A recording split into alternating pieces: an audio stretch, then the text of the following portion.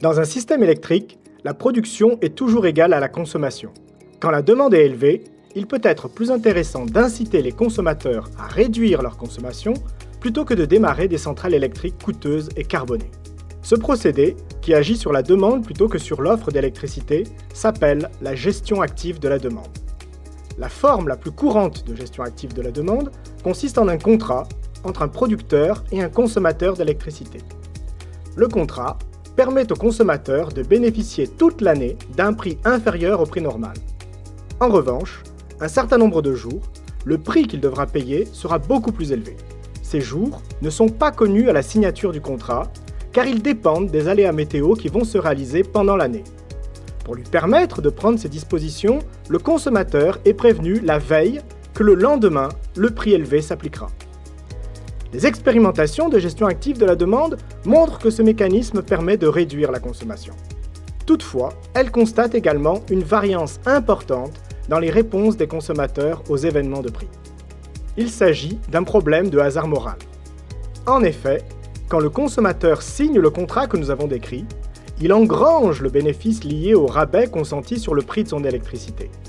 Plus tard, quand l'événement tarifaire se produit, il compare le coût de l'électricité avec la gêne que lui causerait une réduction de sa consommation.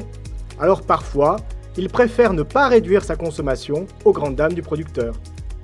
Nous allons voir comment les méthodes nouvelles de la théorie des contrats en temps continu permettent de formuler ce problème et de lui donner une réponse simple, capable de réduire de façon optimale la consommation d'électricité, tout en incitant le consommateur à fournir des réponses régulières aux sollicitations du producteur.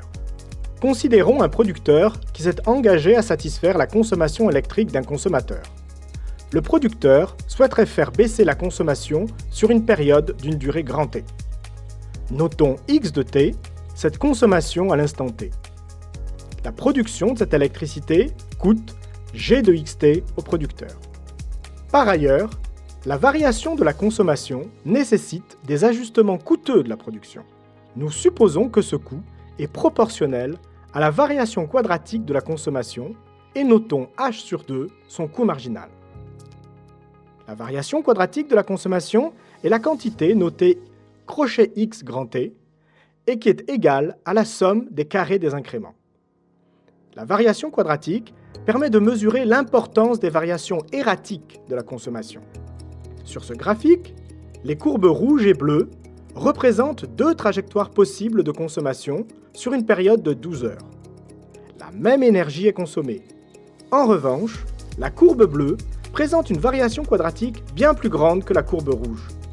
Retenons que plus la consommation oscille rapidement et de façon aléatoire, plus sa variation quadratique sera grande. Le producteur se demande s'il ne serait pas intéressant de proposer un contrat au consommateur pour réduire sa consommation et la rendre plus prévisible plutôt que d'avoir à dépenser un coût élevé pour la satisfaire et suivre ses variations erratiques. En effet, le consommateur peut réduire sa consommation en agissant sur chacun des usages électriques de son foyer, le chauffage, le four, mais également la télévision et les ordinateurs et tout autre appareil électrique équipant son foyer. Le consommateur peut également faire un effort pour que sa réponse à une demande de réduction soit la plus régulière possible. Si nous notons par K le nombre des équipements du foyer du consommateur, la consommation électrique est la somme des consommations de tous les équipements. La variation de consommation de chaque équipement, dx de t, peut être modélisée par l'équation différentielle stochastique suivante. dx de t égale moins ai de t dt plus sigma de i racine de bi de t dwi de t. Dans cette relation, ai de t est le taux d'effort du consommateur à l'instant t. Si ce taux ai de t est positif, la consommation de l'usage diminue. Sigma de i est la volatilité de la consommation de cet usage et dwi de t est un incrément du mouvement brownien. Bi de t est le taux d'effort que le consommateur peut faire pour réduire l'effet des chocs du quotidien sur sa consommation. En effet, Bi de t vaut 1 signifie que le consommateur ne fait pas d'effort. Alors, chaque événement du quotidien fera dévier la consommation d'un écart type sigma de i. En revanche, Bi de t plus petit que 1 signifie que le consommateur fait un effort, la déviation de la trajectoire moyenne est alors atténuée. Dans ce contexte, En quoi consiste un contrat de réduction de la consommation? Le producteur n'observe pas ce qui se passe dans le foyer du consommateur. Il ne mesure que la consommation. Un contrat est alors une fonction qui associe à chaque trajectoire de consommation un paiement, positif ou négatif. Notons que si le contrat proposé par le producteur, l'objectif du consommateur peut se formaliser de la façon suivante. L'objectif du consommateur, noté VA de XI, est de maximiser, en faisant des efforts A et B sur la moyenne de consommation de ses équipements et de leur volatilité, l'espérance de l'utilité du paiement XI associé à sa trajectoire de consommation, plus la valeur qu'il attribue à la consommation F de XT, moins le coût des efforts C de AB. Quant au producteur, son objectif, noté VP, est de minimiser, en utilisant un contrat, l'espérance de la désutilité induite par le paiement fait au consommateur, plus la somme des coûts de production de l'électricité et des coûts induits par la volatilité.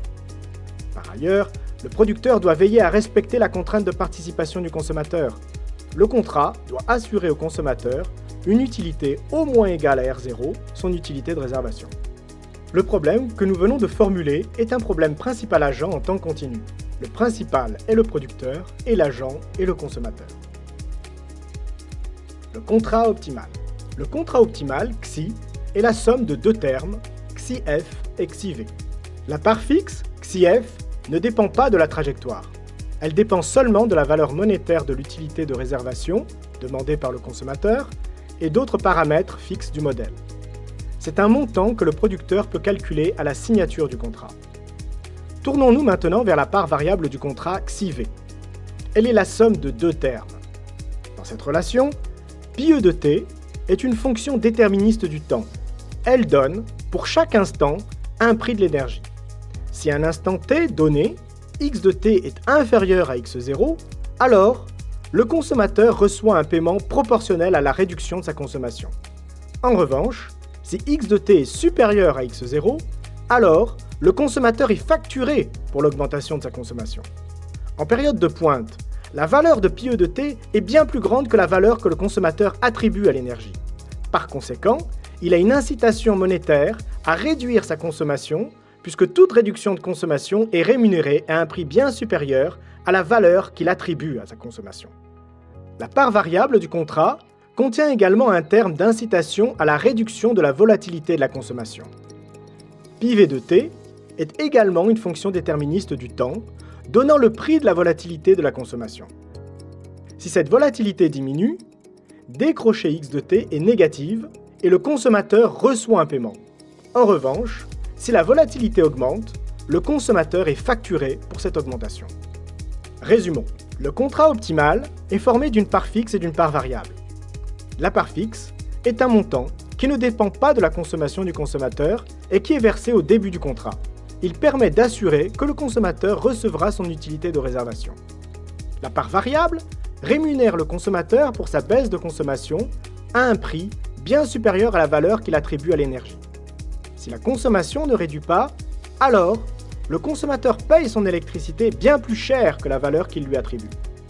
Il a ainsi une incitation économique à réduire sa consommation, car, contrairement à la forme des contrats usuels qui permettent au consommateur d'engranger un bénéfice à la signature du contrat, le contrat optimal ne permet un gain que si une baisse effective de la consommation se réalise. Par ailleurs, un même mécanisme peut être mis en œuvre pour réduire la volatilité de la consommation. Si la volatilité de la consommation réduit, le consommateur est rémunéré. Dans le cas contraire, il est facturé.